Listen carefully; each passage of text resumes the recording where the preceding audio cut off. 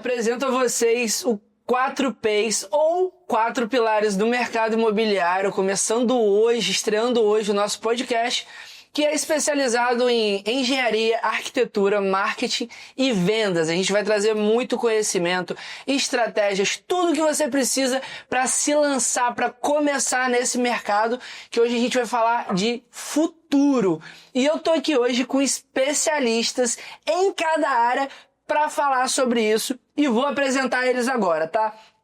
Ele é CEO do Estúdio Luca, especialista em arquitetura e urbanismo, com grandes projetos comerciais e residenciais, nacionais e internacionais. Meu amigo Lucas Barbosa, seja bem-vindo. Obrigado. Engenheiro civil, CEO do grupo SCE Engenharia, gestor de empreendimentos, com mais de 20 lançamentos do mercado imobiliário da nossa região. Bruno Celso, seja muito bem-vindo. Obrigado a você. Ele é empresário e corretor de imóveis, especialista em estratégia e vendas do mercado imobiliário, sócio-diretor da Prêmio Beijing com mais de 25 anos de experiência, eu acho que é mais, tá? Corretor de imóveis, destaque do ano de 2024 e responsável pelos lançamentos e vendas dos maiores empreendimentos da região. Magnum Beijing, seja muito bem-vindo. Valeu pelo que eu queria. E eu aqui que vos falo, CEO da Next Media, com uma atuação sólida em marketing digital, branding e produção de eventos, palestrante do Sebrae, Startit Fórum, com experiência em gestão, estratégia e comunicação para grandes marcas. Não precisava nem estar lendo isso, mas estamos aqui hoje para a gente bater um papo descontraído, mas super importante sobre o futuro do mercado imobiliário, e nada melhor do que grandes especialistas para estar trazendo essa pauta aqui para vocês hoje, né? E a gente vai começar falando de vendas, tá? E a gente vai começar falando de vendas. E Magno, primeira pergunta que eu queria fazer para você, mas a gente vai estar o tempo inteiro aqui conversando, debatendo junto, né? Um bate-papo, a ideia é exatamente essa. E eu queria perguntar para você o que você acha do futuro do mercado imobiliário voltado para vendas. Primeiramente, satisfação e honra estar de frente desses 3 especialistas também, cada um representa uma autoridade do mercado. Meu amigo Lucas, que tem vários projetos juntos, várias parcerias, tem um carinho e um carisma muito grande. Muitos anos já. Muitos anos. Bruno Celso, sem comentários, né? Obrigado. SCE Engenharia, também tem uma ligação fora do profissional e com a capacidade absurda. O Maurício Vasconcelos, Next Media, marketing, o homem vive todo dia, transpira isso. Respiro isso. Acredito que vendas para o mercado imobiliário, principalmente, sempre vai ter essa base humana. Eu acho que o corretor de imóveis sempre vai existir, porque tem esse perfil ainda da confiança. O primeiro passo tem a parte de internet, de IA, mas eu acho que a credibilidade e principalmente o network que vai fazer o diferencial. Além dos corretores ter nicho. Todos eles, acho que a partir do futuro, a tendência é ter segmentos, né? Um voltados mais para o alto padrão, outros voltados para produtos populares, outros voltados para produtos rurais e comerciais. Com isso, ele acaba tendo uma segurança e o mercado fica mais nichado mesmo. E algumas coisas já mudaram, né, Magno? Acho que a pandemia trouxe um pouco disso, obrigou a gente a se atualizar em tecnologia, né? E acho que vieram as formas de assinatura de forma digital, algumas coisas que mudaram, que antigamente, para você assinar uma escritura ou até mesmo um contrato de compra e venda, você tinha que ir no lugar, você tinha que ir no cartório, você tinha que reconhecer firme e tal. E hoje eu acho que a forma de fechar um contrato já encurtou um pouco esse caminho e a tecnologia já veio para somar, né? Acho que isso é legal falar também. Uma outra coisa também interessante a ser dita, eu fui contratado recentemente para poder palestrar sobre inteligência artificial também na arquitetura. E eu tive uma percepção que ela serve também para o seu mundo, muito. A parte burocrática brasileira, ela diferencia muito. Eu tenho determinadas burocracias que atuam em Búzios que não atuam em Campos. Muito regional, né? A legislação para aprovação... São muito municipalizadas. Isso aí. Não só municipalizadas, mas também às vezes muito humanizadas também ainda. Então eu acho que a inteligência artificial ela veio para somar e não para substituir. Essa é a visão que eu tenho. Em todas as áreas. Em todas as áreas. É assim, evolução do mercado imobiliário no quesito vendas, ela é natural que a IA vai ser um diferencial para o profissional. De água. A capacidade do profissional estar no dia a dia com o mecanismo de informações e tecnologia vai ter um diferencial. Eu ainda pondero assim, que o fechamento, a credibilidade, o pós-venda ainda vai ser humano nesse mercado. Eu concordo com você. Então, assim, concordo nessa parte exatamente, que a importância do corretor no processo da venda, porque você cria exatamente a pessoa que faz o equilíbrio, que se você muitas vezes deixar só o cliente da venda com o cliente comprando, você às vezes vai criar algumas arestas que não conseguem ser aparadas. Então o papel do corretor vai ser fundamental. Que é o objetivo desse... E você falou, Bruno, do papel do corretor. E os engenheiros civis nos próximos anos para o setor imobiliário, qual que vai ser o papel deles? Os engenheiros civis vão, não é puxando a sardinha, né? Mas vamos... eu estou aqui representando, falando um pouquinho da parte de engenharia, dessa parte dos pilares do mercado, do mercado futuro do imobiliário. Eu acho que o papel do engenheiro civil sempre foi um papel de andar um pouquinho na vanguarda das coisas que estão... Das inovações, né? Da segurança, né? Eu acho que ele sempre... Que o carro permite, né? Quando a gente volta um pouquinho, a gente está falando de futuro, mas vou dar uma pausazinha. Quando a gente volta um pouquinho e analisa a parte de construção civil, ela vem evoluindo cronologicamente com o tempo, e o engenheiro civil sempre teve esse papel fundamental em todo o processo de construção, histórico de construção.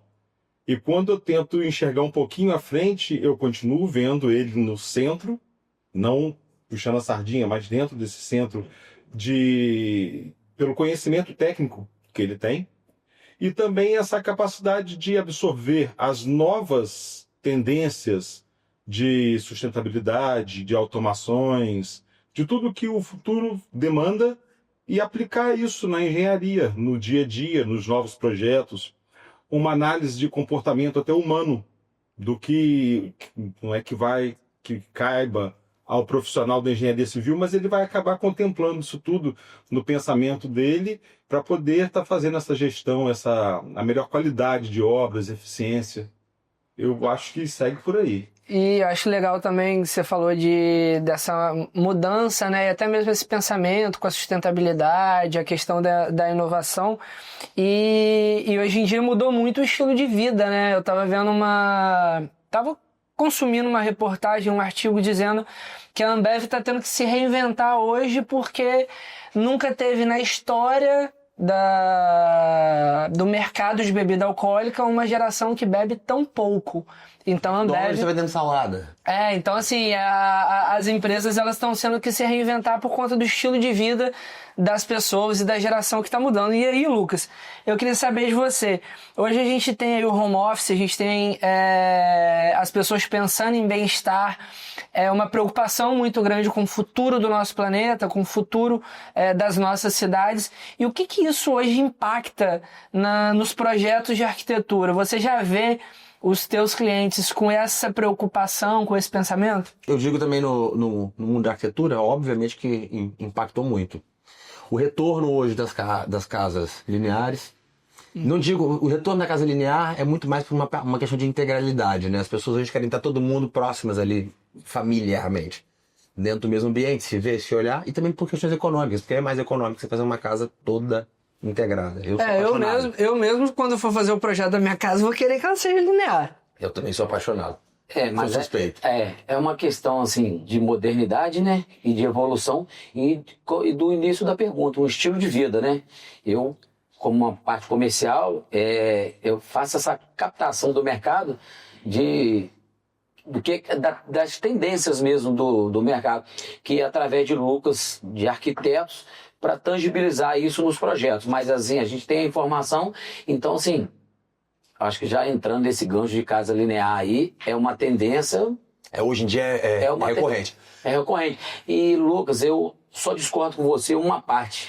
que você falou assim, também por economia. Hoje eu vejo grandes projetos seus, de vários arquitetos parceiros nossos e do mercado aí, com projetos de casa lineares espetaculares, assim, e muitas das vezes muito mais assim investida e muito mais custosa, né? A parte de construção com balanço, muito vidro, com materiais muito nobres, do que uma casa assim, duplex, triplex, que seja. Economia na arquitetura é uma interna incógnita, né? É verdade. Então, Um piso que pode custar, um piso que você, o seu familiar, sua esposa, seu esposo escolher que pode custar 90, 100, também pode ser de 600, pode ser de 300. Então eu falo que relativo, né? É muito relativo. Você gerar economia depende muito também do cliente. não, porque eu acho assim, como o tema nosso aqui assim, é o futuro do mercado imobiliário, e na verdade no passado tinha esse conceito. A casa linear é mais barata que a casa duplex. E mais, E hoje, assim, na teoria sim, mas na prática depende muito do projeto. Se for um projeto bem elaborado, linear, ela pode custar muito mais. Se ele te Ela pode ser mais bonita, dependendo ela pode ser... das Então, assim, escolhas dos produtos, obviamente. esse é o futuro, assim, eu acho. Essa tendência. Magno e Bruno, vocês que estão mais acabam tendo mais essa visão no lado comercial, você na parte de venda e Bruno também Você na no parte marketing de... também. Mas vocês que estão ali por trás do operacional, executando um empreendimento, um loteamento, enfim. Hoje já existe uma preocupação no tamanho dos terrenos, porque se a gente for seguir entrando nessa linha da tendência da casa linear, quando você tem uma casa duplex, você consegue aproveitar os 2 andares. Sim. Para fazer quartos e tal. Agora, quando a gente está falando de uma casa linear, você precisa de um terreno maior para, de repente, caber o que você quer para tua família e dentro da tua casa. Hoje já existe uma preocupação dos empreiteiros em loteamentos e condomínios com terrenos maiores. E na parte comercial, já tem essa preocupação das pessoas que estão comprando? Ou as pessoas que vão comprar, de repente, elas compram 2 terrenos, 3 terrenos, para já pensar em fazer a casa linear? Como que está sendo isso? É engraçado, eu vou fazer, desculpa, eu pergunto só para eles. Mas Não, na verdade, eu vou só interromper vocês um pouco. Essa é uma pergunta para todos os 4 pilares aqui do mercado imobiliário, que é vendas, engenharia, arquitetura e marketing, repetindo. Por quê? Porque essa questão de tamanho de lote, sem dúvida, a casa linear, ela precisa de um lote maior. De um espaço maior. Fato. Isso aí é, claro, não diferente de ser mais barato ou não, mas de espaço sim.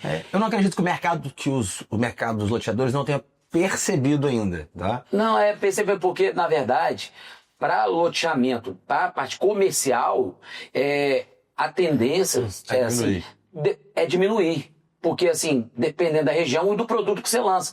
Como eu falei anteriormente, o corretor tem que se especializar e escolher um nicho para atuar. Então, assim, se tratando de alto padrão, com certeza os lotes maiores são os mais valorizados. Por quê?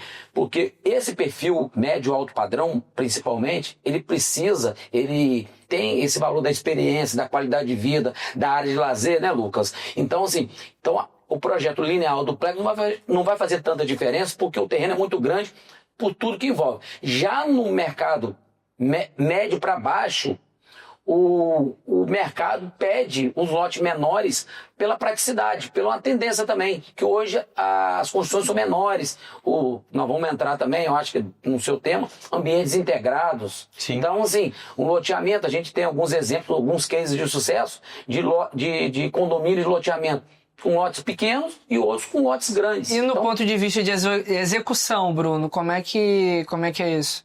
Eu enxergo um pouco também como o Lucas estava falando, uma mistura do que o Lucas estava falando com o que o Magno estava falando nessa parte. Sem dúvida, a execução pela parte estrutural ou algo assim, eu enxergo que a parte da casa linear ela tenha um custo um pouco menor, tá? Mas também pego a linha onde você fala tudo isso varia de acordo com a linha de acabamento que você vai estar... Na verdade, o que diferencia é o projeto de cada um, né? E voltando agora, na hora que você estava falando agora, antes um pouquinho, nessa parte loteamento dos lotes, eu acho que tem que caber dentro da realidade de cada um. É o nicho, né? Isso é o papel da arquitetura, junto, claro, com o marketing para analisar, e a vendas para analisar esse cenário, o que vai dar naquele produto e qual é o objetivo, qual é o cliente que você quer.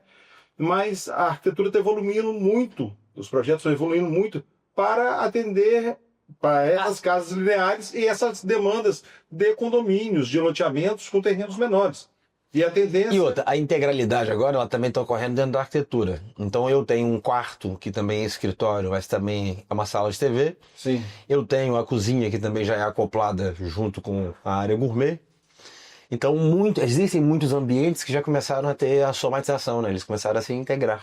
Exatamente para conseguir atender a essas necessidades. Então, assim, eu queria só concluir e fazer uma nova pergunta para o Bruno, que é a parte de engenharia, a parte da construção, especialista. É a seguinte, na parte de loteamento condomínio, se tratando da pergunta de lotes menores e maiores, porque assim, esse bate-papo nosso é muito, assim, vai ser muito usado também para novos investidores do mercado imobiliário, porque você tem um especialista de arquitetura, você tem marketing, tem engenharia, tem venda. Então, assim, para esse público que vai investir no mercado imobiliário, essa diferenciação, primeiro, é de entender o nicho, médio padrão, para tamanho de lote, é lógico, isso é um briefing inicial. Mas na parte de Bruno, que eu quero que você só estenda um pouco o comentário, é sobre o custo, porque a estrutura para o lote maior ou para o lote menor é a mesma, porque, né? Você vai investir no mercado imobiliário, você vai avaliar a parte comercial, a parte de custo. E a parte de custo para lote menor, porque a infraestrutura é a mesma, não é? A rua, assim, como que funciona? Sim, quando a gente começa a falar de infraestrutura, vamos falar de loteamento. Sim. Quando a gente está falando de infraestrutura, subbase, base e o que a gente vai vir da parte de revestimento, da parte do calçamento que vai ser, trabalho com a mesma formatação, tá, Magno? Com a mesma formatação. E a qualidade é a mesma, independente. A mesma. Porque a qualidade é a mesma. Você tem que atender algum tráfego que vai estar passando ali em cima, isso vai ser a qualidade a mesma, tá? Quando você vai falar da parte comum, tá? Da estética, você vai mudar alguma coisa dependendo do público que você vai atingir. Mas aí é no lazer, né? Mas é no lazer. Mas assim, tratando de loteamento condomínio, o custo é o mesmo, então. É o mesmo quando você fala da parte de implantação de infraestrutura. Essa não vai ter. Falando de infraestrutura e até mesmo dessa parte de loteamento, eu tive o prazer de acompanhar o sucesso que é o Central Park, né? Sucesso de vendas, Central Park, sucesso também como empreendimento. E em alguns momentos que eu acompanhei, que fui visitar o Central Park, eu acompanhei alguns processos acontecendo. E um deles foi o intertravado, outro foi também a parte de saneamento, que era um material super leve, que eu achei incrível como que o pessoal que estava trabalhando conseguia pegar a parte de saneamento, juntando umas 3 pessoas e levantando aquilo dali. E antes eram manilhas de concreto, né? Então, assim... Mas isso é muito importante. Então, como é incrível que hoje isso já mudou. E, enfim, várias outras questões também, iluminação em LED, pensando em sustentabilidade, a questão da luz elétrica e tal. E é legal a gente saber que já existe um futuro, ele já está acontecendo, e os empresários que já estão vendo isso já têm um diferencial nos seus produtos, nos seus negócios.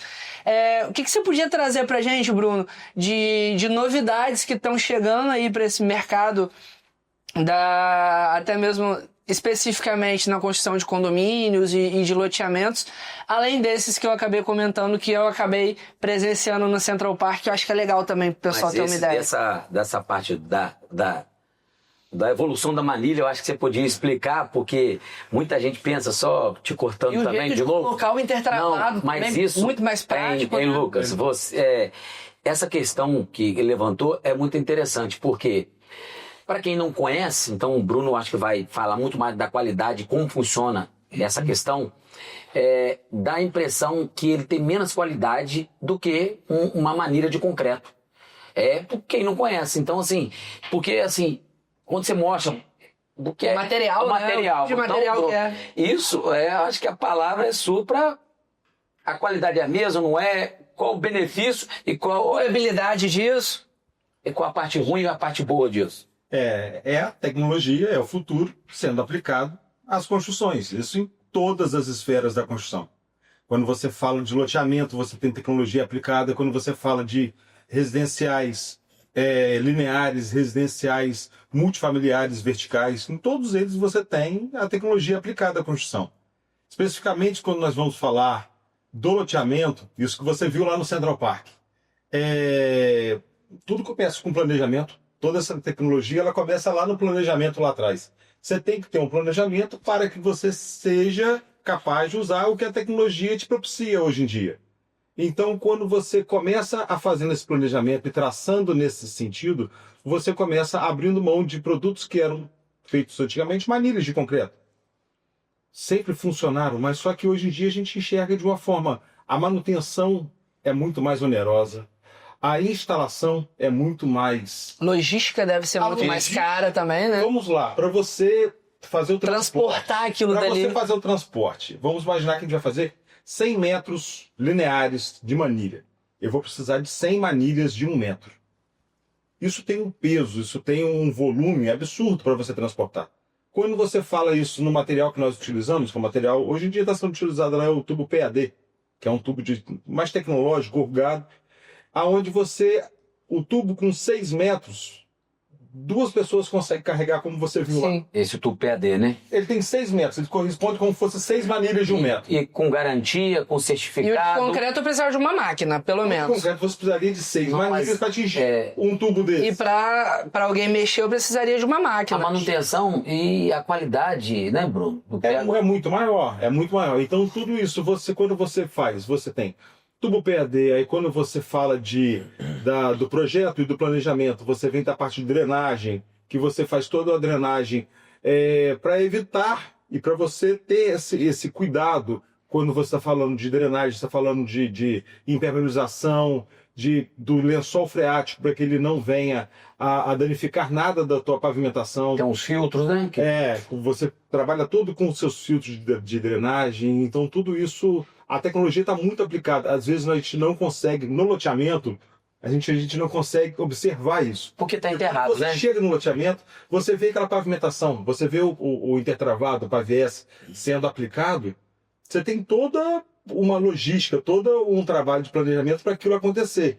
Quando o cliente chega e passa e está caminhando ou trafegando pelo loteamento, não tem ideia da quantidade de tecnologia, de engenharia, de planejamento que tem ali embaixo. E do investimento que tem por baixo ali do... E Lucas, você é um cara que viaja muito, né? E a gente vê você sempre mostrando um pouco das suas viagens e indo para lugares, enfim, para Europa, para lugares super diferentes, sempre pesquisando, procurando inovação, buscando tendências. O que você vê que já está acontecendo lá fora, que ainda não chegou aqui, mas que está próximo de chegar e que também vai mexer um pouco aí com o nosso mercado? Engraçado, sabe uma percepção que já chegou, obviamente, mas até muito pouco tempo atrás, os famosos guinchos de movimentação, Campos a gente ainda vê pouco. Você está falando o quê? Gruas. Das gruas. Você está falando o quê? Para engenharia modular? Não só para engenharia modular. Elas não só a engenharia modular, mas existem muitos outros produtos que eles conseguem subir, descer, com muita praticidade. E é engraçado que eu, em 2009, eu morei no Canadá. Nesse tempo, o país era lotado de gruas. E era um produto que aqui ainda estava iniciando. Você vê que hoje em Campos ainda tem poucas gruas, grandes gruas, né? De grandes proporções. Mas não só isso, além disso, tem uma outra matéria-prima que já foi muito usada. Ela tem muitos os impactos dela são menores também. É a coisa mais boba do mundo, se chama bambu. Bambu, gente, além de sensacional, belíssimo. Flexibilidade, né? O bambu na China, por Tem uma exemplo. estética maravilhosa, né? Sim. E o bambu na China, por exemplo, ele é utilizado, todos os andaimes externos de grandes prédios é bambu. O bambu está entre as madeiras mais resistentes que existem. Aí eu fui a... Uma ação nova, né? Pra mim, pelo menos, não tinha. É uma das madeiras mais resistentes que existe. Ponta do nó do bambu. É o que faz ele ter resistência. Aí, mais engraçado, eu fui a uma indústria de bambu na China. Hoje em dia, mesas, cadeiras, painéis lisos na China, à base de bambu. Não mais aquele especificamente o MDF, MDP que a gente usa tanto no Mas Brasil. isso pode ser muito cultural de lá, mas você acha que tem essa tendência aqui para o nosso mercado aqui do Brasil? Acredito que sim, porque, primeiro, o bambu é um produto de produção ágil, de qualidade, de excelência. E o custo de plantio barato, teoricamente, né? Entre termos, sim. Então é um produto que tem muito, muito a somar ao Brasil ainda no futuro. Eu tava assistindo um podcast agora há pouco, acho que encaminhei para vocês, falando, claro, com a pegada não é do bambu, é falando do desdobramento do processo do plantio da supercana. O equipatista tá muito Exatamente, o focado. processo do plantio da supercana. Um dos desdobramentos, claro que você tem o aproveitamento da cana como por si, mas o bagaço, o resíduo da cana, ele tem a capacidade de produção de tudo isso que você falou. Mas para ser usado também na arquitetura também? Em tudo isso, Na engenharia? mesas, cadeiras, e em todos os tipos de produtos que a gente nem consegue falar de muitos outros produtos, seguindo a mesma linha do bambu. É que a gente uma tá- resistência. A gente está acostumado a ver o produto durabilidade. pronto, mas esquece que a matéria... Eu falo sempre isso, gente, uma casa, ela vem da natureza. Concreto, tijolo. Então, assim, a casa tem uma... Eu também faço uma analogia muito grande, que a casa ela é quase um corpo humano, né? Ela tem que estar em manutenção constante. De vez em quando você vai lá, ajeita um pouquinho o rosto, cuida um pouco da parte interna também, que é necessário. A casa é igual. Manutenção. Manutenção, igual o corpo Sim. humano. E tanto justamente, tanto funcional e para estética, né? Sim. Uma pintura nova, tal, Sim. um revestimento, né? Então, por isso eu acho que faço essa analogia, que não somente a natureza, mas também um corpo humano. Então a gente às vezes esquece que a matéria-prima utilizada na arquitetura, o ser humano às vezes esquece, mas que a origem dele é a natureza, né? Legal isso que você falou do bambu, e aí eu queria trazer para Magno. Magno recentemente foi para Dubai, até mesmo uma viagem que foi voltada para o mercado imobiliário, né, Magno? Foi uma experiência que deve ter sido incrível. E queria trazer para Bruno também um questionamento que eu tenho, pessoal, tá? Tapei meu microfone aqui, perdão, tá, Salvador? Que é um questionamento pessoal, que é o seguinte: eu vejo muito... já vi muito, né, pela internet, em Bangkok, Dubai, algumas cidades assim, algumas fachadas de prédio verde. E não vejo muito isso aqui no Brasil. E aí eu queria saber de vocês, questão de custo disso, se é um custo muito, muito elevado, da parte de arquitetura também, se é algo que no Brasil não funciona, não sei, de repente é algo voltado para clima, não sei. E saber de Magno também, se nessa viagem para Dubai, o que você trouxe também, se você viu algum tipo de construção assim, e o que você trouxe também de referência para o seu mercado, porque lá, enfim, Dubai é um fenômeno, né? Então acho que essa pergunta aí serve para os três. Então, falando de Dubai, Dubai é um exemplo de construção civil, de arquitetura, do mercado imobiliário, eu achei absurdo. Você vai hoje lá, voltar um ano, tudo diferente. Futuro, né? E de futuro. É uma cidade do futuro, é tudo diferente. Tudo é muito grandioso, muito riquíssimo de a parte de arquitetura. Uma coisa que eu vi lá, na parte sua, Lucas, eles usam muito o revestimento monolítico. E eu particularmente gosto muito. O que é monolítico? Eu acho que o Lucas vai poder explicar melhor, mas monolítico é revestimento sem junta, é isso? Você fala... A gente conversou disso aqui nos bastidores, um antes de revestimento começar. sem junta. Então, assim, tem uma tendência um pouco atrás, o cimento queimado, que é um monolítico, né? Uhum. Tem a piscinas de areia, aquele revestimento de piscinas de areia. Os líquidos também. Líquido, o porcelanato líquido, né? O que nomearam dessa forma, é um revestimento monolítico, né? Então, assim, lá se usa muito o revestimento monolítico, e eu particularmente gosto muito. E nesse congresso que eu fui, que é Missão Alto Padrão Luxo, quem produz é um especialista do mercado alto padrão, que é meu amigo Sérgio Lange.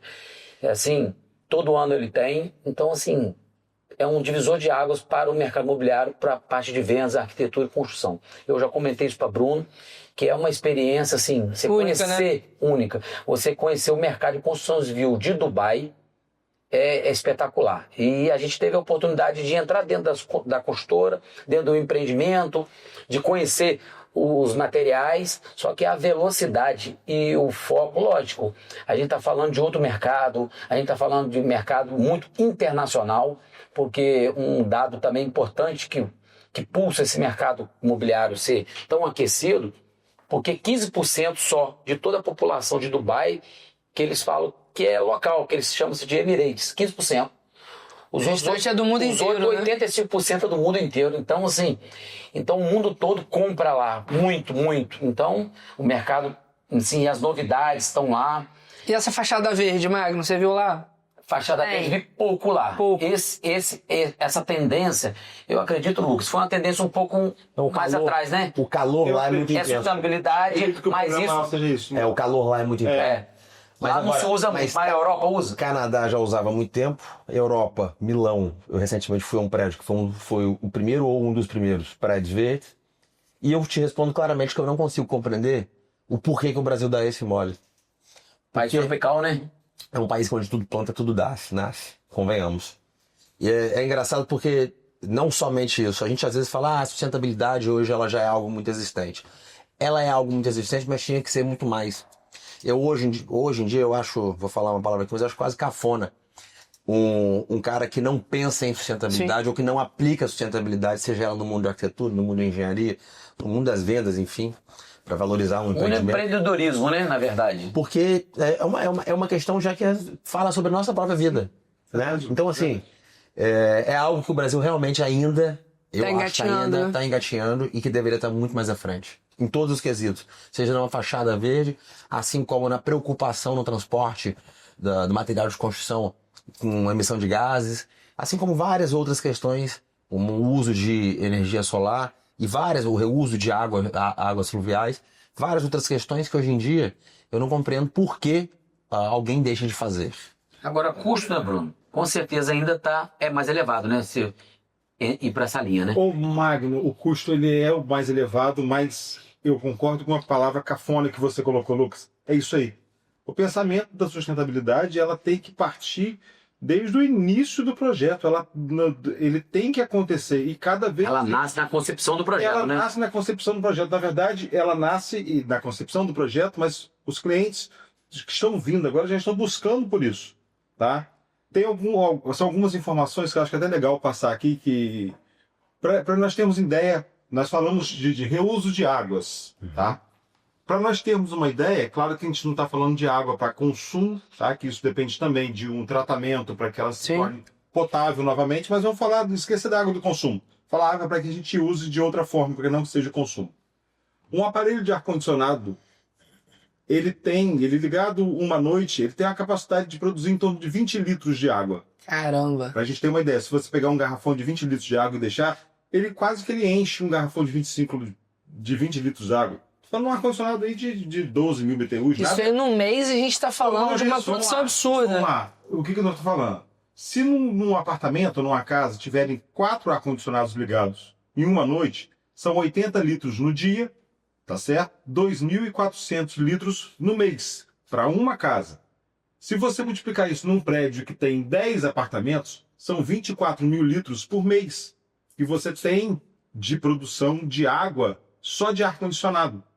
Caramba! Olha que dado... Que loucura! Dado interessante. E essa água, falando de um prédio de 10 apartamentos. Sim. Se você colocar num prédio de 30 apartamentos, 60 apartamentos... Multiplica você tem esse uso. E o ar-condicionado é uma coisa que você... Diferente da água pluvial, tá?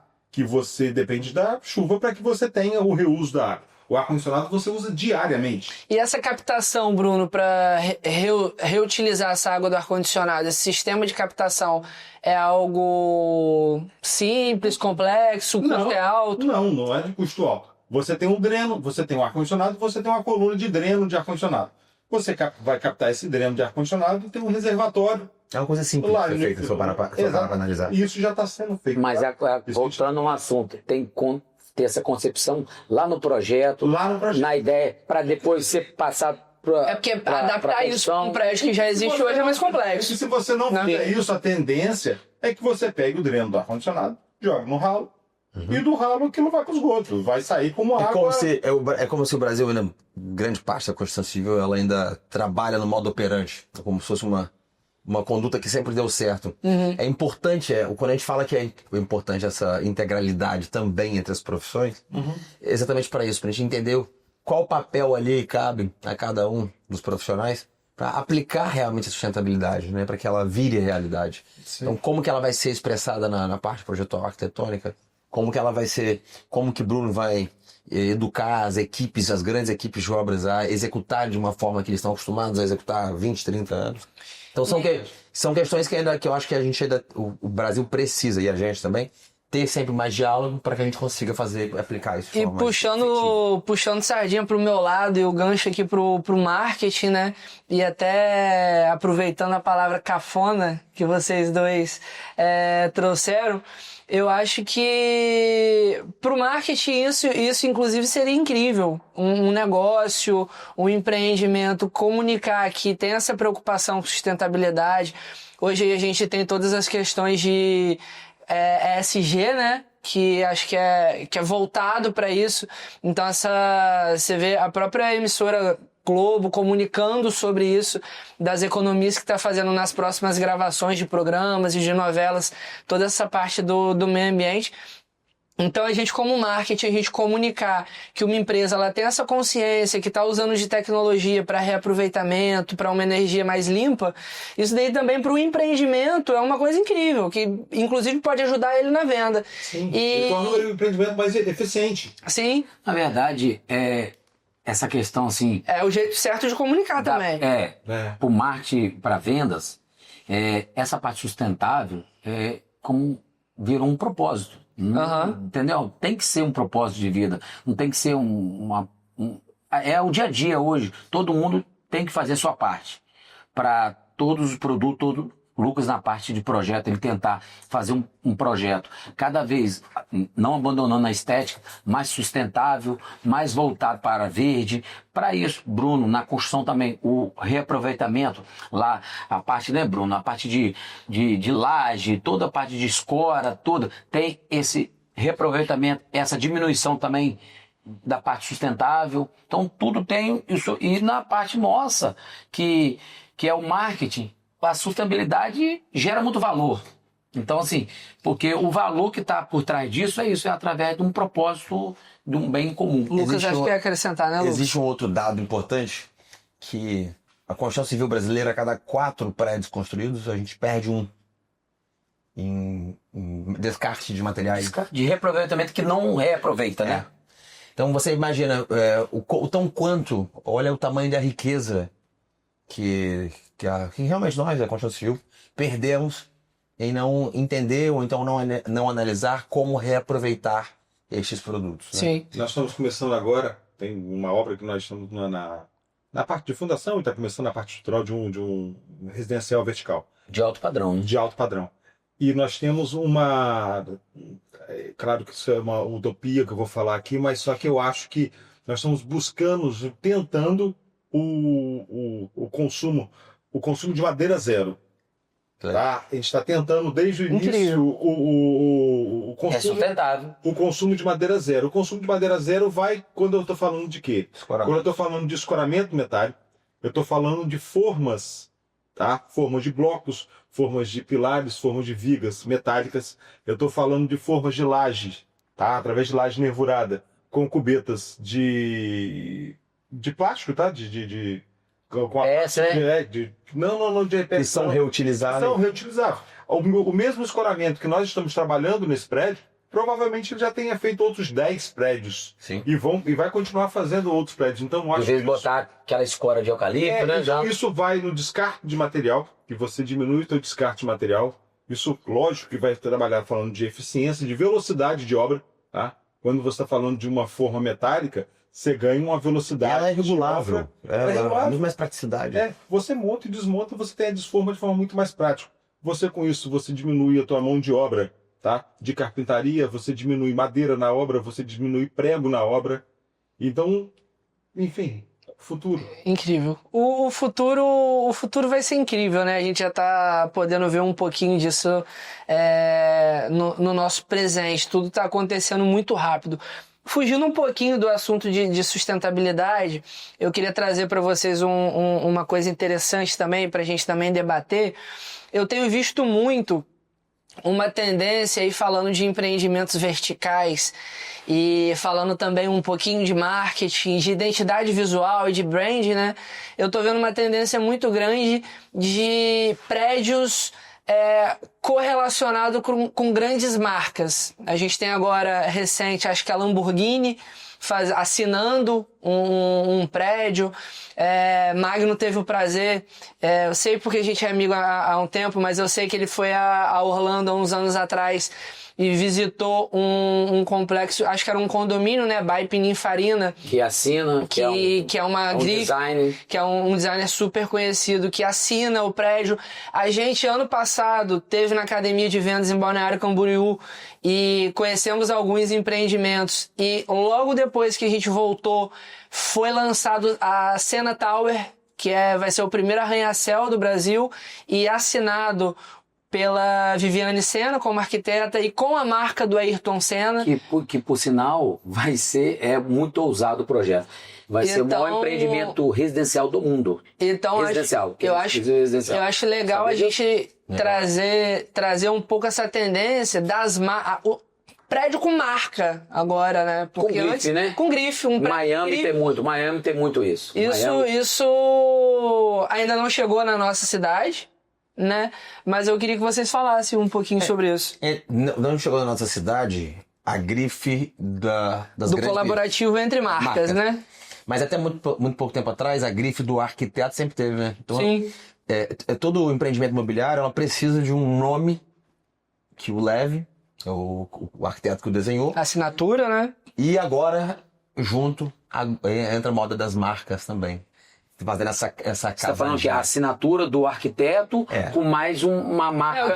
Agora a moda não é só a marca do arquiteto, mas é a moda do arquiteto, a marca do arquiteto com a marca da grife. Não, é uma tendência. Em São Paulo já tem prédios com marca Porsche. Aí ele tem alguns materiais que remetem ao carro. Miami tem muito.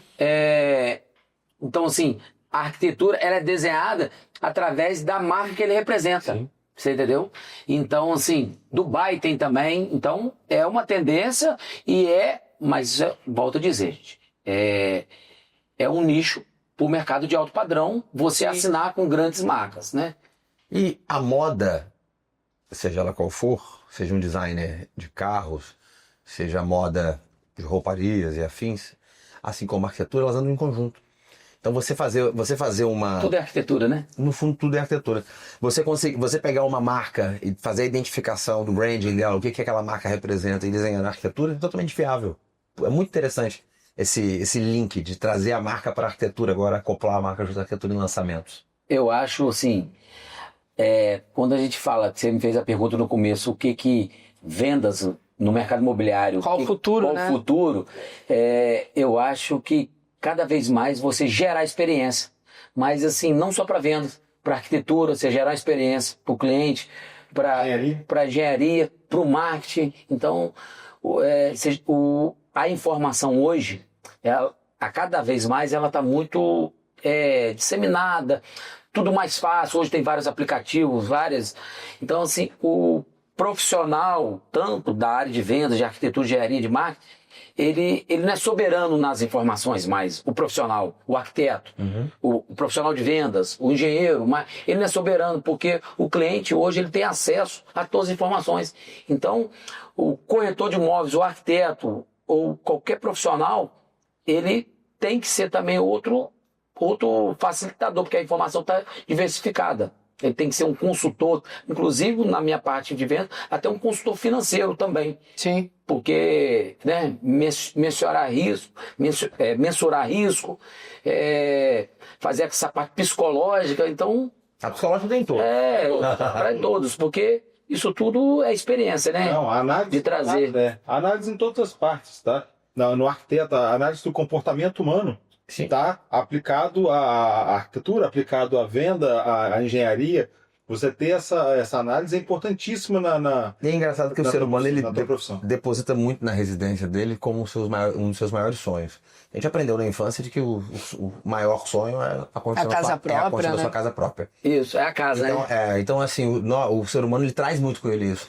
O escritório de arquitetura, ele naturalmente é uma extensão do consultório de psicologia também, tá? É verdade. Você tem um divã nessa sala, Tem Lu? quase um divã na minha sala. E assinado por Neymar ainda. Eu sou testemunha disso. Mas assim, Não, o Lucas passa muito essa questão, porque assim, o Lucas ele faz um atendimento para os clientes dele, já participei Diferenciado. de vários. Até agora eu tô esperando minha experiência. É aí, ó, onde eu Que vou não é chegar. um café, Que é uma experiência. Que é assim, Lucas, ele, como acho que a tendência não, hoje tudo tem que ter experiência para criar valor em todos os setores. Lucas faz isso dentro do escritório para os clientes, eu já participei. Então, assim, o café dele é uma experiência. Eu só vou perdoar hoje, porque já são quase 9 horas da noite e eu entendo que a experiência podia ter saído mais cedo e eu nem vou tomar um café agora também. Mas acho que isso que Magno falou é muito bacana. Acho que o Lucas é um cara que ele sabe trabalhar muito bem desde da entrada do cliente dele aqui no escritório e todas as partes dos processos até o final ali, que é a apresentação do projeto, depois a parte de acompanhamento de obra, enfim. Você Acho consegue, que Maurício, identificar que tudo um é trabalho- venda hoje? Sim. O médico tem que vender, o Tudo arquiteto... pensado, né? Tudo intencional, né, Não, Magno? tudo é venda, gente. E venda são processos que tem que ser... Bem estabelecidos. Tem que ser estabelecido de uma maneira que gera valor para a pessoa, para você poder mensurar o preço que está cobrando. Num projeto de arquitetura, num prédio, num apartamento, numa construção, numa obra, num projeto de marketing, nos honorários. Sim. Então, assim, porque são etapas que tem que ser construídas com experiências positivas. Sim. Agora, Da mesma forma que tem muitos empreendimentos imobiliários que são lançados, que são um sucesso, mas que muitas vezes a lucratividade acaba sendo muito baixa, exatamente por essa falta de estabelecer esses processos com exatidão para que a pessoa consiga mensurar. Mensurar. É importantíssimo você conseguir. Tem muita gente que pergunta assim para o arquiteto, é recorrente. Lucas, mas a pessoa chegou ao meu escritório, passou o programa de necessidade junto comigo, fez a anamnese, a pessoa já vem e fala assim, vai custar quanto? Aí eu sempre respondo com precisão. Olha, gente, primeiro que seria uma irresponsabilidade minha de falar quanto isso vai custar. Você só pode saber quanto esse valor vai custar se você fizer toda a elaboração projetual, liberar os executivos e, consecutivamente, fazer as orçamentações. Você tem uma média de valor aproximado, porque tem tendência muito de marca também, né? Sim. Que você vai... A gente não tem, o arquiteto não tem um termômetro que anda com ele 24 horas, que ele consegue mensurar com uma exatidão quanto vai custar. Não, ele tem que ser calculado. Ou seja, tem que ser feito orçamento. Lucas, isso é recorrente lá no escritório. Eu que pego a ponta, que começa, comprou um terreno, exemplo, principalmente em condomínio fechado, comprou o terreno, idealizou, ele idealiza geralmente uma casa, sempre, ainda mais quando é a primeira casa. Aí, então ele compra aquele terreno com um sonho, que é aquele sonho da casa, com uma casa muito acima, independente do mercado alto padrão, acima que ele estava disposto a gastar, a investir. Aí chega para você, mesma coisa, passa essa informação, então você cria uma... Então tem que ser muito... a gente tem que ter essa informação e essa conversa, esse feeling, tanto na hora de vender o terreno, que ele possa depois ter a etapa de construir, fazer o projeto da casa, para depois ele também, quando ele construir, ele ter do processo do começo, meio e fim. Ô Magno, É importante demais. Você falar isso é legal porque a gente está numa pauta aqui que é interessante. A gente está falando de futuro, a gente falou de tecnologia, a gente falou de inovação, a gente falou um pouquinho sobre inteligência artificial e eu acho que se a gente for falar de inteligência artificial para cada tipo de negócio, dá um outro episódio de podcast Tem que ser exclusivo, né? só sobre inteligência artificial. Só que agora você falou uma coisa e o Lucas falou também na questão de atendimento, de receber a pessoa, de receber bem. E isso a gente está falando de relacionamento humano. E na era da inteligência artificial, na era da tecnologia, do online, como que vocês enxergam o futuro do relacionamento humano nesse cenário tecnológico?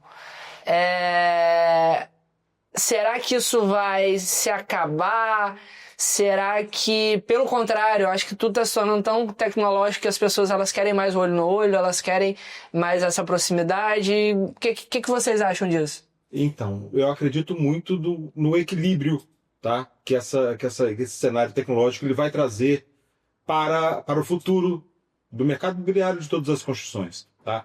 Eu acredito na qualidade de vida que ele vai proporcionar, tá?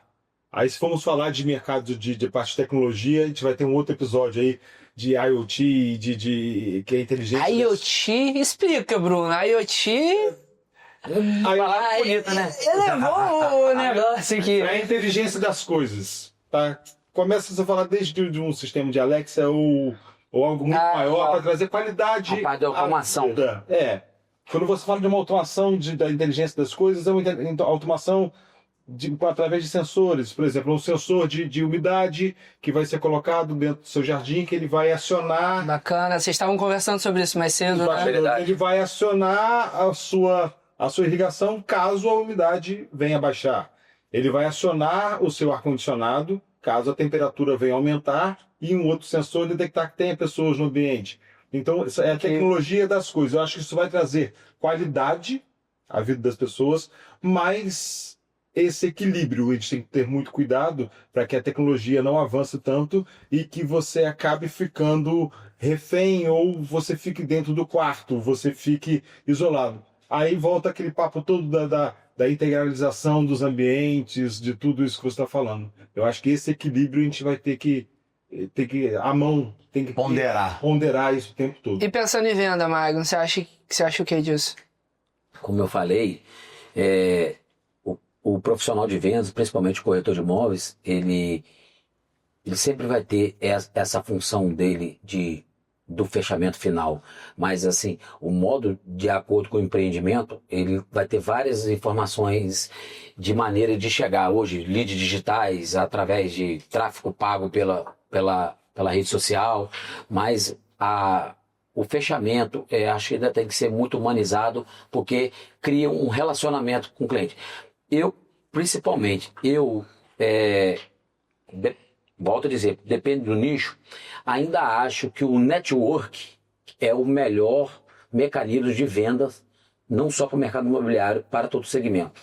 Então, assim... O network você não faz pelo WhatsApp, nem num grupo de WhatsApp, né? Network você não faz em rede social. Network você não faz no digital. Network você faz olho no olho, é relacionamento mesmo. Eu costumo dizer, Lucas e Maurício... São os melhores relacionamentos. Eu costumo dizer que o network te leva a lugares que diploma não vai te levar. Então, assim, meus melhores negócios... Vou anotar isso aqui, gostei disso. Isso foi muito legal, né? Meus melhores negócios, de toda a minha trajetória, os melhores foram através de network. Então, assim, o relacionamento sempre vai existir e a gente tem que sempre valorizar. É o lead real. É o lead quente. É o lead quente. E vale a pena conferir, né? Essa frase do network não te leva... Não, o network te leva a lugares que o diploma não leva. O diploma não leva. Que é pura verdade. Anotou, Salvador? Esse é o nosso clickbait, hein? Temos um clickbait aqui. Muito bom, muito bom. Muito bom. Essa frase mas isso, na prática, os melhores negócios sabem network.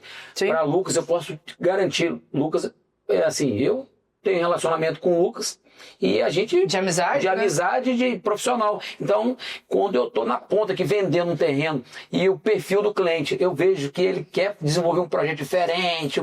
Então, assim, eu já posso passar essa informação. Ó, tem Lucas Barbosa, Estúdio Lucas, então eu já indiquei ele. Por quê? Isso é network, o cara vai levar legal. Mesma coisa, na parte de construção, o cara obra uma hora e falou, já olhou lá a obra da SE, quando for vender um empreendimento, então assim, o cara liga para mim porque viu uma construção da SE, mas se eu tenho um relacionamento, o cara quer um profissional. Sim. Então ele quer uma pessoa que o representa, para o marketing também. Então, network é o futuro. Muito bom, muito bom. Esteve aqui hoje uma conversa, um bate-papo incrível. Acho que foi super descontraído, leve. Acho que quem estiver assistindo vai ter essa mesma sensação e muito esclarecedora também, né? Foi uma conversa muito esclarecedora que a gente pode ver, realmente enxergar um panorama futuro desse mercado aí que é tão promissor e que, enfim, movimenta e impulsiona tanto a economia. Eu queria agradecer muito a presença e a contribuição de todos vocês. Falar para quem está assistindo a gente que esse é só o início do 4Ps.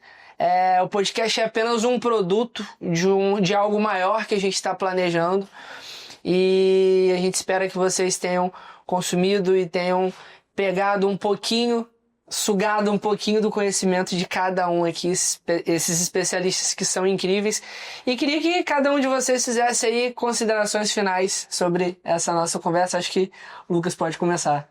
Não, gente, eu acho que não tem prazer maior do que estar entre 4 pilares aqui, fundamentais aí para a construção civil, e trazer para vocês não só o máximo de informação, mas o máximo de inovação também. Qual é a nossa visão do passado, do presente e do futuro aí, cada um dentro da sua área, para acrescentar a vocês, cada um dentro da sua área da construção civil. Obrigado pela oportunidade de todos aqui. Obrigado por Magno, Maurício, Lucas. Eu acho que esse bate-papo realmente foi muito leve. Foi de muita valia para conhecimento, o meu, dessa troca de informações, e tenho bastante expectativas, eu acho que bastante coisas boas virão por aí. Podem aguardar. É isso aí. Quem diria, hein, gente? Olha Bruno no Instagram, viu? Botamos ele na rede, né, Lucas? Convenhamos que é um know-how e um nome necessário para estar falando uma credibilidade que precisa ser mais divulgada, né? Eu acho, falando do podcast e falando do 4Ps, eu acho que foi uma ideia. Na verdade, somos 4 amigos, 4 profissionais, um representando cada área com sucesso. Costumo falar, todos eles aqui têm grandes cases de sucesso, experiência para falar. Então, esse é um produto, 4Ps, Maurício, Lucas e Bruno, e todos os seguidores que estão assistindo a gente. Que é um produto que tem grande valia para o mercado imobiliário, porque ele vai ser um produto também educacional, Lucas, porque eu vejo lá no escritório, pessoas querem investir no mercado imobiliário, só que não tem uma referência, e na nossa região não tem um produto que te dá essas 4 bases. Você tem uma base de marketing com o Maurício, com a Nect Media, uma arquitetura com você que já vai direcionar, a parte de engenharia, de modo geral, com o Bruno, pela representatividade da SCE e da trajetória, e a parte de vendas, com toda essa bagagem, todos os lançamentos, todos os empreendimentos que eu participei. Então, esse produto, tanto é um produto que vai ser consumido para o mercado imobiliário, para os profissionais do meu segmento, corretores de imóveis, construtores, arquitetos, engenheiros, e também para os novos investidores do mercado imobiliário. Talvez um profissional, um empresário de uma cidade vizinha quer lançar um empreendimento, mas ele precisa nortear. Então, essa junção que esses 4Ps, que são os 4 pilares principais, já vai resumir e tangibilizar ele a ser mais assertivo no empreendimento, nesse investimento. Então, para fechar, esse produto é tanto para os profissionais da área e para as pessoas que desejam investir nisso, né? Entrar nesse mercado que impulsiona e gera muito emprego. Perfeito, Magno. Então é isso, pessoal. Eu queria que você deixasse o seu like, seguisse o nosso perfil aqui no YouTube, no Spotify e em breve no Instagram, e acompanhasse todas as novidades do podcast 4Ps, em breve, próximos episódios. E vale a pena conferir. Vem aí outros produtos do 4Ps.